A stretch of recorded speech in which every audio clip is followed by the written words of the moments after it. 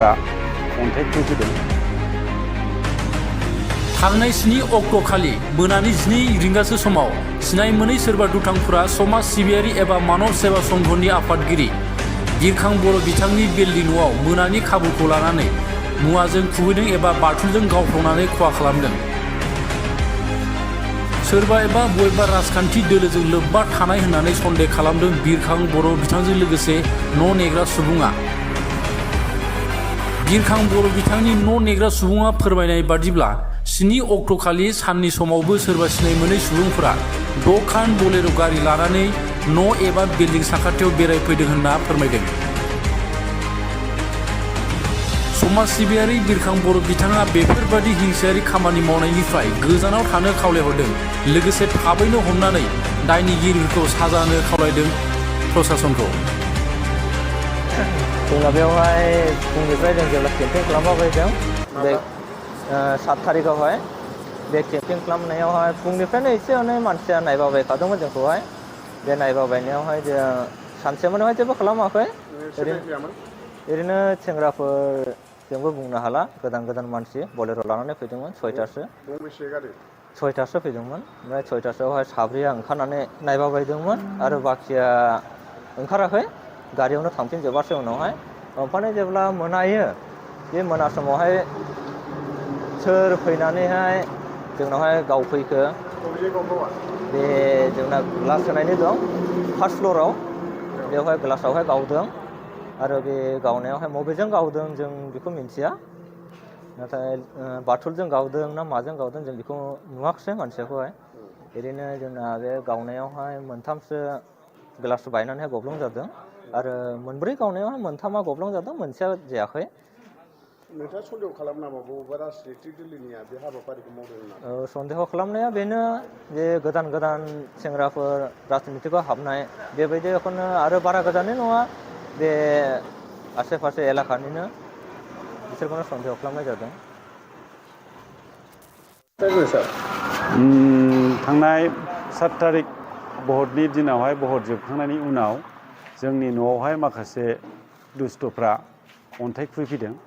दा अन्थाइ खुबैनायनि जाहोनाव 3सो जायगायाव ग्लासआ बायदों।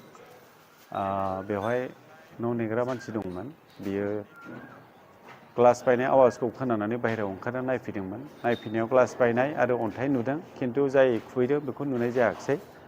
खिन्थु दिनै आं बेखौनो बुंनो लुबैदों जे भटआ गणतन्त्रिक कान्ट्रिनि मोनसे अधिकार।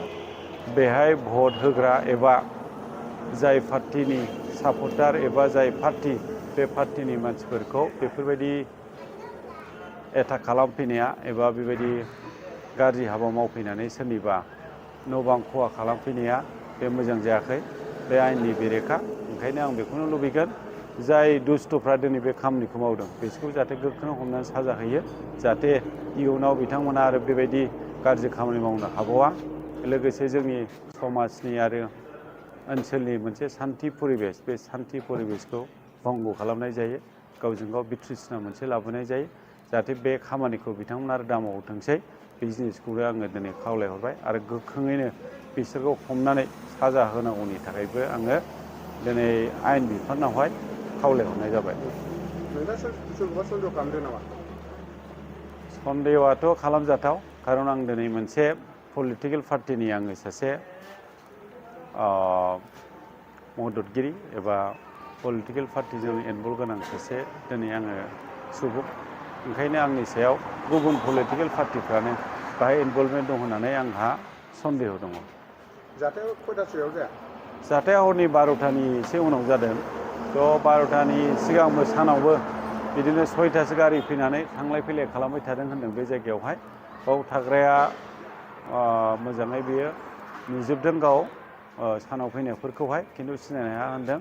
खिन्थु मोनानिखौ नुवाखै, खिन्थु ग्लास बायनाय आरो अन्थाइनि आवाज, ग्लासनि आवाज बेफोरखौ खोनानानै जेलानाखि ओंखारनानै नायफैदोंमोन, बे समाव बियो सासे मानसिखौ नुवाखिसै होनना बुंदों।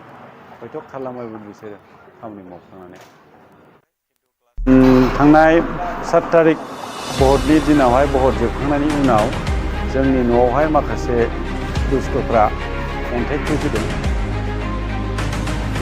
थांनाय 7 अक्ट'खालि मोनानि 12 रिंगासो समाव सिनाय मोनै सोरबा दुथांफोरा समाज सिबियारि एबा मानव सेवा संघनि आफादगिरि बिरखां बर' बिथांनि बेलनि न'आव मोनानि खाबुखौ लानानै मुवाजों खुबैदों एबा बाथुलजों गावफ्रावनानै खहा खालामदों। सोरबा एबा बबेबा राजखान्थि दोलोजों लोब्बा थानाय होननानै सन्देह खालामदों बिरखां बर' बिथांजों लोगोसे न' नेग्रा सुबुङा। बिरखां बर' बिथांनि न' नेग्रा सुबुङा फोरमायनाय बादिब्ला 7 अक्ट'खालि साननि समावबो सोरबा सिनाय मोनै सुबुंफोरा 6 खान बलेर' गारि लानानै न' एबा बिल्डिं साखाथियाव बेरायफैदों होनना फोरमायदों। समाज सिबियारि बिरखां बर' बिथाङा बेफोरबादि हिंसायारि खामानि मावनायनिफ्राय गोजानाव थानो खावलायहरदों। लोगोसे थाबैनो हमनानै दायनिगिरिखौ साजा होनो खावलायदों प्रसासनखौ। जोंना बेवहाय फुंनिफ्राय जों जेब्ला केम्पिं खालामबायदों बे 7 थारिखआवहाय बे केम्पिं खालामनायावहाय फुंनिफ्रायनो एसे एनै मानसिया नायबायखादोंमोन जोंखौहाय। बे नायबायनायावहाय जों सानसेमानिहाय जेबो खालामाखै। ओरैनो सेंग्राफोरजोंबो बुंनो हाला, गोदान मानसि बलेर' लानानै फैदोंमोन 6थासो। 6थासो फैदोंमोन। ओमफ्राय 6थासोआवहाय साब्रैया ओंखारनानै नायबायदोंमोन आरो बाखिया ओंखाराखै, गारियावनो थांफिनजोबासै उनावहाय। ओमफ्राय जेब्ला मोनायो, बे मोना समावहाय सोर फैनानैहाय जोंनावहाय गावफैखो, बे जोंना ग्लास होनायनि दं फार्स्ट फ्ल'राव, बेवहाय ग्लासावहाय गावदों आरो बे गावनायावहाय बबेजों गावदों जों बेखौ मिन्थिया, नाथाय बाथुलजों गावदों ना माजों गावदों जों बेखौ नुवाखिसै मानसिखौहाय। ओरैनो जोंना बे गावनायावहाय 3सो ग्लास बायनानैहाय गब्लं जादों आरो 4 गावनायावहाय 3आ गब्लं जादों, 1सेया जायाखै। नोंथाङा सन्देह खालामो नामा बबेबा राजनितिक दोलोनिया बे हाबाफारिखौ मावदों होननानै? सन्देह खालामनाया बेनो जे गोदान सेंग्राफोर राजनितिकआव हाबनाय, बेबायदिखौनो आरो बारा गोजाननि नङा, बे आसे फासे एलाकानिनो, बिसोरखौनो सन्देह खालामनाय जादों। थांनाय 7 थारिख भटनि दिनावहाय भट जोबखांनायनि उनाव जोंनि न'आवहाय माखासे दुस्थ'फ्रा अन्थाइ खुबैफैदों। दा अन्थाइ खुबैनायनि जाहोनाव 3सो जायगायाव ग्लासा बायदों। बेवहाय न' नेग्रा मानसि दंमोन, बियो ग्लास बायनाय आवाजखौ खोनानानै बाहेरायाव ओंखारना नायफैदोंमोन। नायफैनायाव ग्लास बायनाय आरो अन्थाइ नुदों, खिन्थु जाय खुबैदों बेखौ नुनाय जायाखिसै। खिन्थु दिनै आं बेखौनो बुंनो लुबैदों जे भटआ गणतान्त्रिक कान्ट्रिनि मोनसे अधिकार। बेहाय भट होग्रा एबा जाय पार्टिनि सापर्टार एबा जाय पार्टि, बे पार्टिनि मानसिफोरखौ बेफोरबायदि एटाक खालामफैनाया एबा बेबायदि गाज्रि हाबा मावफैनानै सोरनिबा न' बां खहा खालामफैनाया बे मोजां जायाखै, बे आयेननि बेरेखा। ओंखायनो आं बेखौनो लुबैगोन, जाय दुस्थ'फ्रा दिनै बे खामानिखौ मावदों बिसोरखौ जाहाथे गोख्रों हमनानै साजा होयो, जाहाथे इयुनाव बिथांमोना आरो बेबायदि गाज्रि खामानि मावनो हाबावा। लोगोसे जोंनि समाजनि आरो ओनसोलनि मोनसे सान्थि परिबेस, बे सान्थि परिबेसखौ भंग खालामनाय जायो, गावजों गाव बिथ्रिसना मोनसे लाबोनाय जायो। जाहाथे बे खामानिखौ बिथांमोना आरो दामावथोंसै, बे जिनिसखौनो आङो दिनै खावलायहरबाय आरो गोख्रोङैनो बिसोरखौ हमनानै साजा होनांगौनि थाखायबो आङो दिनै आयेन बिफानावहाय खावलायहरनाय जाबाय। सोरखौबा सन्देह खालामदों नामा? सन्देहआथ' खालामजाथाव, खारन आं दिनै मोनसे पलिटिकेल पार्टिनि आङो सासे मददगिरि एबा पलिटिकेल पार्टिजों इनभल्भ गोनां सासे दिनै आङो सुबुं। ओंखायनो आंनि सायाव गुबुन पलिटिकेल पार्टिफ्रानो बाहाय इनभल्भमेन्ट दं होननानै आंहा सन्देह दङ। जाथाया खयथासोआव जाया? जाथाया हरनि 12थानि एसे उनाव जादों। थ' 12थानि सिगांबो सानावबो बिदिनो 6थासो गारि फैनानै थांलाय फैलाय खालामबाय थादों होनदों बे जायगायावहाय। बाव थाग्राया मोजाङै बियो नुजोबदों गाव सानाव फैनायफोरखौहाय, खिन्थु सिनायनो हाया होनदों। खिन्थु मोनानिखौ नुवाखै, खिन्थु ग्लास बायनाय आरो अन्थाइनि आवाज, ग्लासनि आवाज बेफोरखौ खोनानानै जेब्लानाखि ओंखारना नायफैदोंमोन, बे समाव बियो सासेबो मानसिखौ नुवाखिसै होनना बुंदों। हयथ' खालामबायमोन बिसोरो खामानि मावखांनानै। थांनाय 7 थारिख भटनि दिनावहाय भट जोबखांनायनि उनाव जोंनि न'आवहाय माखासे दुस्थ'फ्रा अन्थाइ खुबैफैदों। थांनाय 7 अक्ट'खालि मोनानि 12 रिंगासो समाव सिनाय मोनै सोरबा दुथांफोरा समाज सिबियारि एबा मानव सेवा संघनि आफादगिरि बिरखां बर' बिथांनि बेलनि न'आव मोनानि खाबुखौ लानानै मुवाजों खुबैदों एबा बाथुलजों गावफ्लंनानै खहा खालामदों। सोरबा एबा बबेबा राजखान्थि दोलोजों लोब्बा थानाय होननानै सन्देह खालामदों बिरखां बर' बिथांजों लोगोसे न' नेग्रा सुबुङा। बिरखां बर' बिथांनि न' नेग्रा सुबुङा फोरमायनाय बादिब्ला 7 अक्ट'खालि साननि समावबो सोरबा सिनाय मोनै सुबुंफोरा 6 खान बलेर' गारि लानानै न' एबा बिल्डिं साखाथियाव बेरायफैदों होनना फोरमायदों। समाज सिबियारि बिरखां बर' बिथाङा बेफोरबादि हिंसायारि खामानि मावनायनिफ्राय गोजानाव थानो खावलायहरदों। लोगोसे थाबैनो हमनानै दायनिगिरिखौ साजा होनो खावलायदों प्रसासनखौ। जोंना बेवहाय फुंनिफ्राय जों जेब्ला केम्पिं खालामबायदों बे 7 थारिखआवहाय बे केम्पिं खालामनायावहाय फुंनिफ्रायनो एसे एनै मानसिया नायबायखादोंमोन जोंखौहाय। बे नायबायनायावहाय जों सानसेमानावहाय जेबो खालामाखै। ओरैनो सेंग्राफोर जोंबो बुंनो हाला, गोदान मानसि बलेर' लानानै फैदोंमोन 6थासो। गंबेसे गारि? 6थासो फैदोंमोन। ओमफ्राय 6थासोआवहाय साब्रैया ओंखारनानै नायबायदोंमोन आरो बाखिया ओंखाराखै, गारियावनो थांफिनजोबासै उनावहाय। ओमफ्राय जेब्ला मोनायो, बे मोना समावहाय सोर फैनानैहाय जोंनावहाय गावफैखो। बे जोंना ग्लास होनायनि दं फार्स्ट फ्ल'राव, बेवहाय ग्लासावहाय गावदों आरो बे गावनायावहाय बबेजों गावदों जों बेखौ मिन्थिया। नाथाय बाथुलजों गावदों ना माजों गावदों जों बेखौ नुवाखिसै मानसिखौहाय। ओरैनो जोंना बे गावनायावहाय 3सो ग्लास बायनानैहाय गब्लं जादों आरो 4 गावनायावहाय 3आ गब्लं जादों, मोनसेया जायाखै। नोंथाङा सन्देह खालामो नामा बबेबा राजनितिक दोलोनिया बे हाबाफारिखौ मावदों होनना? सन्देह खालामनाया बेनो जे गोदान सेंग्राफोर राजनितिकआव हाबनाय, बेबायदिखौनो आरो बारा गोजाननि नङा, बे आसे फासे एलाकानिनो, बिसोरखौनो सन्देह खालामनाय जादों। थांनाय 7 थारिख भटनि दिनावहाय भट जोबखांनायनि उनाव जोंनि न'आवहाय माखासे दुस्थ'फ्रा अन्थाइ खुबैफैदों। दा अन्थाइ खुबैनायनि जाहोनाव 3सो जायगायाव ग्लासा बायदों। बेवहाय न' नेग्रा मानसि दंमोन, बियो ग्लास बायनाय आवाजखौ खोनानानै बाहेरायाव ओंखारनानै नायफैदोंमोन। नायफैनायाव ग्लास बायनाय आरो अन्थाइ नुदों, खिन्थु जाय खुबैदों बेखौ नुनाय जायाखिसै। खिन्थु दिनै आं बेखौनो बुंनो लुबैदों जे भटआ गणतन्त्रिक कान्ट्रिनि मोनसे अधिकार। बेहाय भट होग्रा एबा जाय पार्टिनि सापर्टार एबा जाय पार्टि, बे पार्टिनि मानसिफोरखौ बेफोरबायदि एटाक खालामफैनाया एबा बेबायदि गाज्रि हाबा मावफैनानै सोरनिबा न' बां खहा खालामफैनाया बे मोजां जायाखै, बे आयेननि बेरेखा। ओंखायनो आं बेखौनो लुबैगोन, जाय दुस्थ'फ्रा दिनै बे खामानिखौ मावदों बिसोरखौ जाहाथे गोख्रों हमनानै साजा होयो, जाहाथे इयुनाव बिथांमोना आरो बेबायदि गाज्रि खामानि मावनो हाबावा। लोगोसे जोंनि समाजनि आरो ओनसोलनि मोनसे सान्थि परिबेस, बे सान्थि परिबेसखौ भंग खालामनाय जायो, गावजों गाव बिथ्रिसना मोनसे लाबोनाय जायो। जाहाथे बे खामानिखौ बिथांमोना आरो दामावथोंसै, बे जिनिसखौनो आङो दिनै खावलायहरबाय आरो गोख्रोङैनो बिसोरखौ हमनानै साजा होनांगौनि थाखायबो आङो दिनै आयेन बिफानावहाय खावलायहरनाय जाबाय। नोंथाङा सोरखौबा सन्देह खालामदों नामा? सन्देहआथ' खालामजाथाव, खारन आं दिनै मोनसे पलिटिकेल पार्टिनि आङो सासे मददगिरि एबा पलिटिकेल पार्टिजों इनभल्भ गोनां सासे दिनै आङो सुबुं। ओंखायनो आंनि सायाव गुबुन पलिटिकेल पार्टिफ्रानो बाहाय इनभल्भमेन्ट दं होननानै आंहा सन्देह दङ। जाथाया खयथासोआव जाया? जाथाया हरनि 12थानि एसे उनाव जादों। थ' 12थानि सिगांबो सानावबो बिदिनो 6थासो गारि फैनानै थांलाय फैलाय खालामबाय थादों होनदों बे जायगायावहाय। बाव थाग्राया मोजाङै बियो नुजोबदों गाव सानाव फैनायफोरखौहाय, खिन्थु सिनायनो हाया होनदों। खिन्थु मोनानिखौ नुवाखै, खिन्थु ग्लास बायनाय आरो अन्थाइनि आवाज, ग्लासनि आवाज बेफोरखौ खोनानानै जेलानाखि ओंखारनानै नायफैदोंमोन, बे समाव बियो सासेबो मानसिखौ नुवाखिसै होनना बुंदों। हयथ' खालामबायमोन बिसोरो खामानि मावखांनानै। थांनाय 7 थारिख भटनि दिनावहाय भट जोबखांनायनि उनाव जोंनि न'आवहाय माखासे दुस्थ'फ्रा अन्थाइ खुबैफैदों।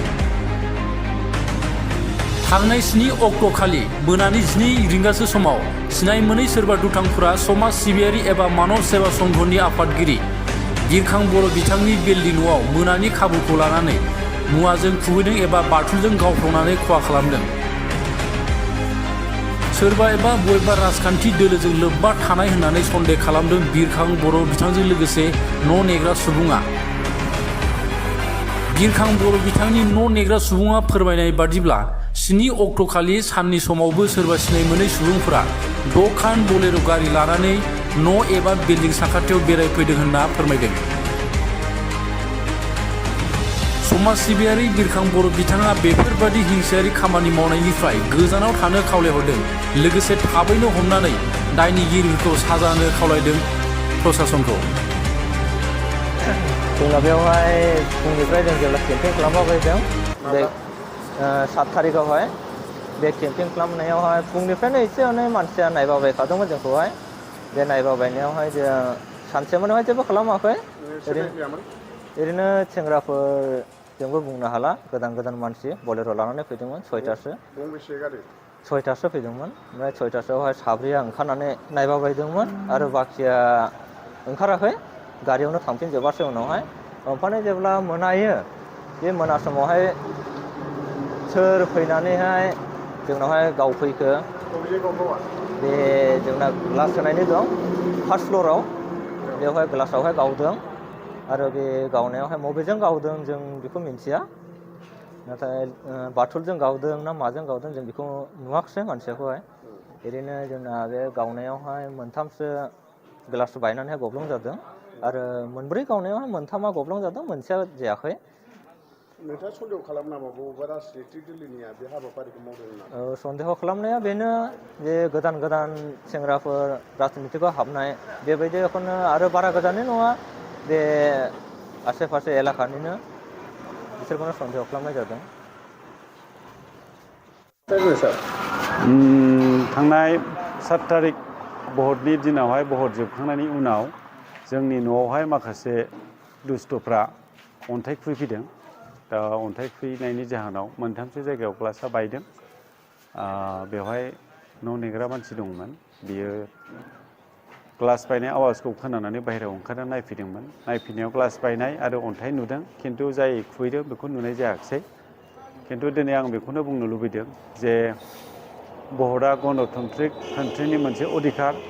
बेहाय भट होग्रा एबा जाय पार्टिनि सापर्टार एबा जाय पार्टि, बे पार्टिनि मानसिफोरखौ बेफोरबायदि एटाक खालामफैनाया एबा बेबायदि गाज्रि हाबा मावफैनानै सोरनिबा न' बां खहा खालामफैनाया बे मोजां जायाखै, बे आयेननि बेरेखा। ओंखायनो आं बेखौनो लुबैगोन, जाय दुस्थ'फ्रा दिनै बे खामानिखौ मावदों बिसोरखौ जाहाथे गोख्रों हमनानै साजा होयो, जाहाथे इयुनाव बिथांमोना आरो बेबायदि गाज्रि खामानि मावनो हाबावा।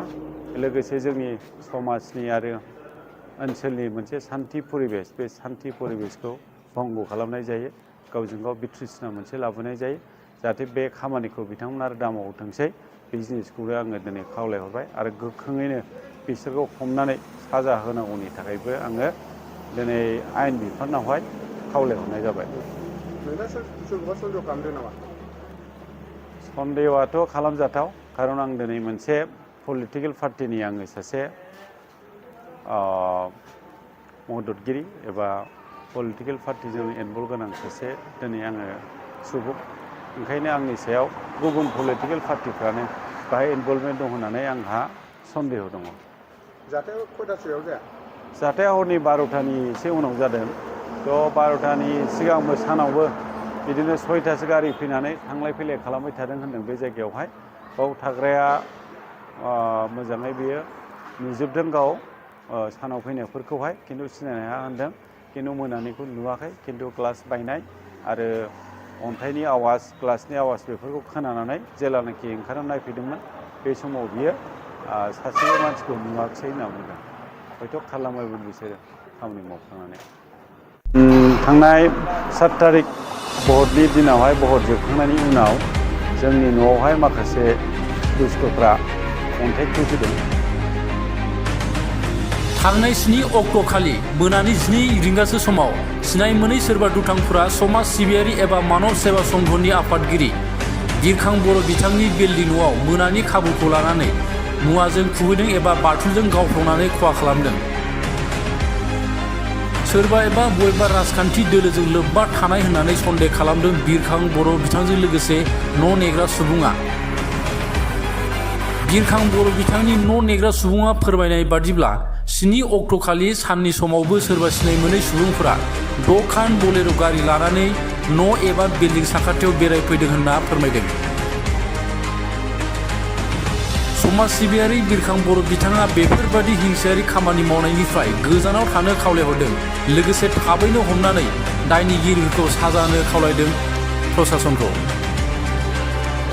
जोंना बेवहाय फुंनिफ्राय जों जेब्ला केम्पिं खालामबायदों बे 7 थारिखआवहाय बे केम्पिं खालामनायावहाय फुंनिफ्रायनो एसे एनै मानसिया नायबायखादोंमोन जोंखौहाय।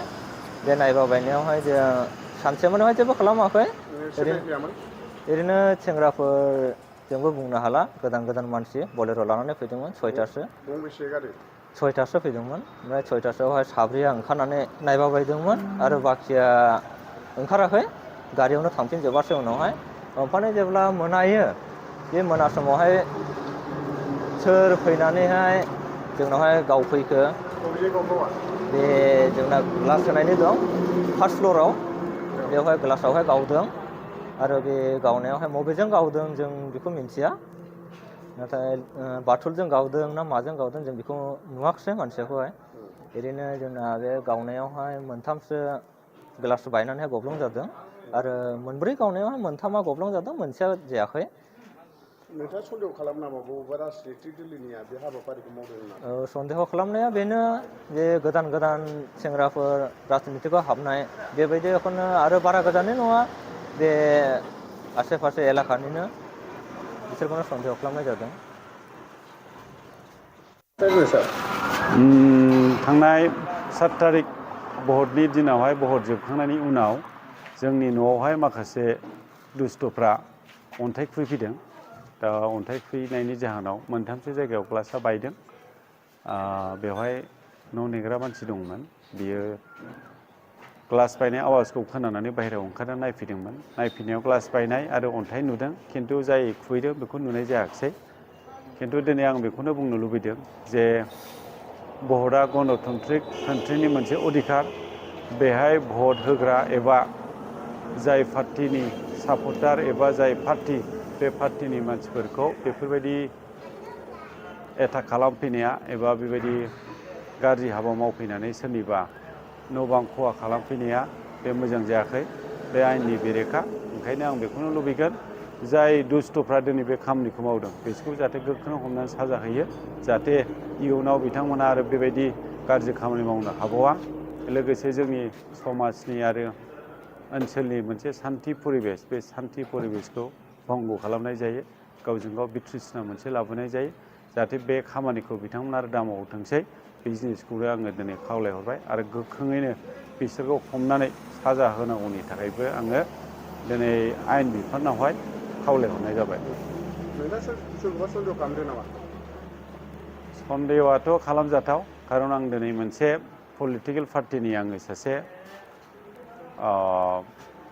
मददगिरि एबा पलिटिकेल पार्टिजों इनभल्भ गोनां सासे दिनै आङो सुबुं। ओंखायनो आंनि सायाव गुबुन पलिटिकेल पार्टिफ्रानो बाहाय इनभल्भमेन्ट दं होननानै आंहा सन्देह दङ। जाथाया खयथासोआव जाया? जाथाया हरनि 12थानि एसे उनाव जादों। थ' 12थानि सिगांबो सानावबो बिदिनो 6थासो गारि फैनानै थांलाय फैलाय खालामबाय थादों होनदों बे जायगायावहाय। बाव थाग्राया मोजाङै बियो नुजोबदों गाव सानाव फैनायफोरखौहाय, खिन्थु सिनायनो हाया होनदों।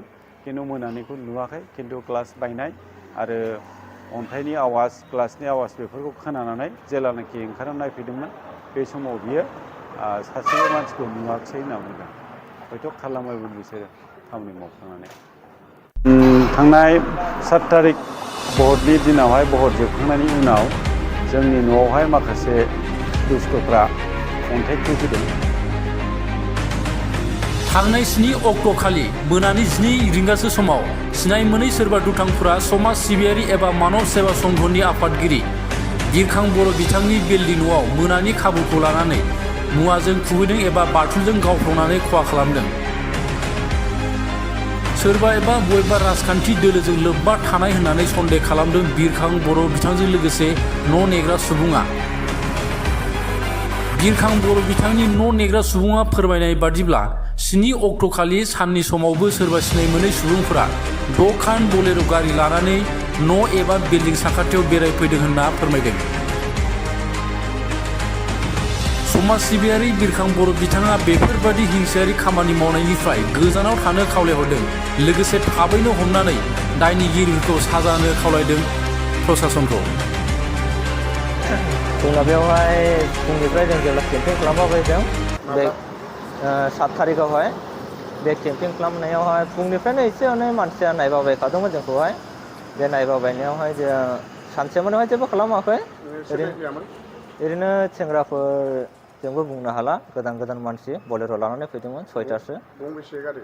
6थासो फैदोंमोन। ओमफ्राय 6थासोआवहाय साब्रैया ओंखारनानै नायबायदोंमोन आरो बाखिया ओंखाराखै, गारियावनो थांफिनजोबासै उनावहाय। ओमफ्राय जेब्ला मोनायो, बे मोना समावहाय सोर फैनानैहाय जोंनावहाय गावफैखो। बे जोंना ग्लास होनायनि दं फार्स्ट फ्ल'राव, बेवहाय ग्लासावहाय गावदों आरो बे गावनायावहाय बबेजों गावदों जों बेखौ मिन्थिया। नाथाय बाथुलजों गावदों ना माजों गावदों जों बेखौ नुवाखिसै मानसिखौहाय। ओरैनो जोंना बे गावनायावहाय 3सो ग्लास बायनानैहाय गब्लं जादों आरो 4 गावनायावहाय 3आ गब्लं जादों, मोनसेया जायाखै।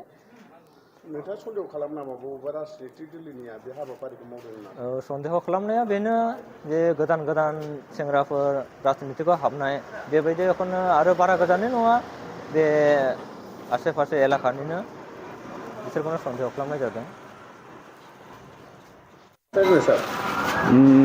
थांनाय 7 थारिख भटनि दिनावहाय भट जोबखांनायनि उनाव जोंनि न'आवहाय माखासे दुस्थ'फ्रा अन्थाइ खुबैफैदों। दा अन्थाइ खुबैनायनि जाहोनाव 3सो जायगायाव ग्लासआ बायदों। बेवहाय न' नेग्रा मानसि दंमोन, बियो ग्लास बायनाय आवाजखौ खोनानानै बाहेरायाव ओंखारना नायफैदोंमोन। नायफैनायाव ग्लास बायनाय आरो अन्थाइ नुदों, खिन्थु जाय खुबैदों बेखौ नुनाय जायाखिसै। खिन्थु दिनै आं बेखौनो बुंनो लुबैदों जे भटआ गणतन्त्रिक कान्ट्रिनि मोनसे अधिकार। बेहाय भट होग्रा एबा जाय पार्टिनि सापर्टार एबा जाय पार्टि, बे पार्टिनि मानसिफोरखौ बेफोरबायदि एटाक खालामफैनाया एबा बेबायदि गाज्रि हाबा मावफैनानै सोरनिबा न' बां खहा खालामफैनाया बे मोजां जायाखै, बे आयेननि बेरेखा। ओंखायनो आं बेखौनो लुबैगोन, जाय दुस्थ'फ्रा दिनै बे खामानिखौ मावदों बिसोरखौ जाहाथे गोख्रों हमनानै साजा होयो, जाहाथे इयुनाव बिथांमोना आरो बेबायदि गाज्रि खामानि मावनो हाबावा। लोगोसे जोंनि समाजनि आरो ओनसोलनि मोनसे सान्थि परिबेस, बे सान्थि परिबेसखौ भंग खालामनाय जायो, गावजों गाव बिथ्रिसना मोनसे लाबोनाय जायो।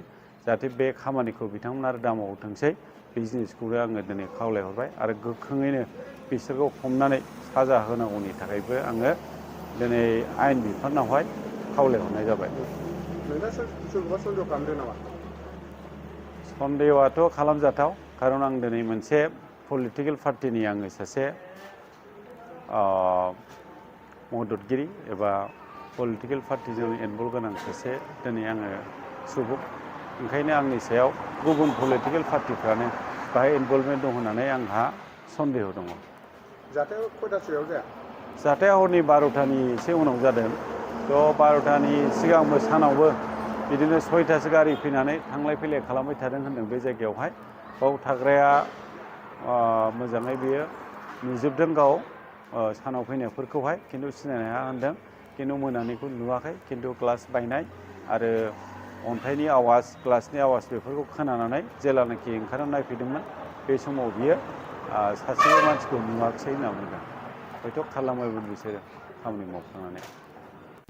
थांनाय 7 थारिख भटनि दिनावहाय भट जोबखांनायनि उनाव जोंनि न'आवहाय माखासे दुस्थ'फ्रा अन्थाइ खुबैफैदों। थांनाय 7 अक्ट'खालि मोनानि 12 रिंगासो समाव सिनाय मोनै सोरबा दुथांफोरा समाज सिबियारि एबा मानब सेवा संघनि आफादगिरि बिरखां बर' बिथांनि बेलनि न'आव मोनानि खाबुखौ लानानै मुवाजों खुबैदों एबा बाथुलजों गावफ्रावनानै खहा खालामदों। सोरबा एबा बबेबा राजखान्थि दोलोजों लोब्बा थानाय होननानै सन्देह खालामदों बिरखां बर' बिथांजों लोगोसे न' नेग्रा सुबुङा।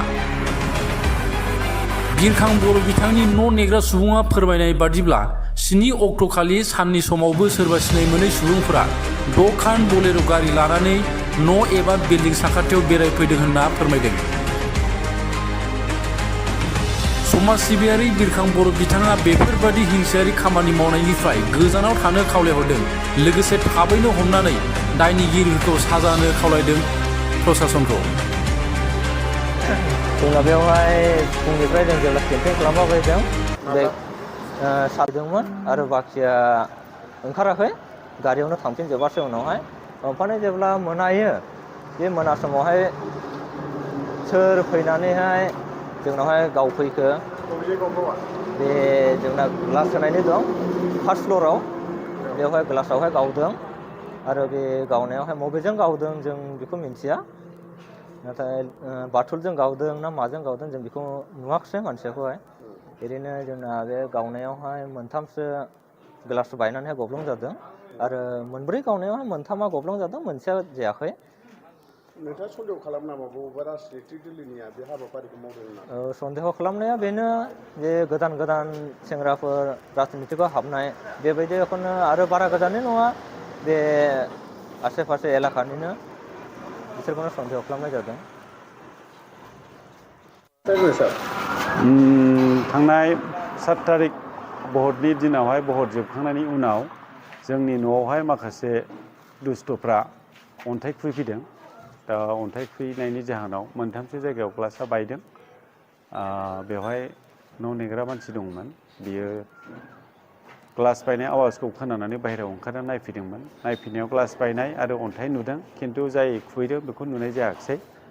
खिन्थु दिनै आं बेखौनो बुंनो लुबैदों जे भटआ गणतन्त्रिक कान्ट्रिनि मोनसे अधिकार बेहाय भट होग्रा एबा जाय पार्टिनि सापर्टार एबा जाय पार्टि बे पार्टिनि मानसिफोरखौ बेफोरबायदि एटाक खालामफैनाया एबा बेबायदि गाज्रि हाबा मावफैनानै सोरनिबा न' बां खहा खालामफैनाया बे मोजां जायाखै बे आयेननि बेरेखा।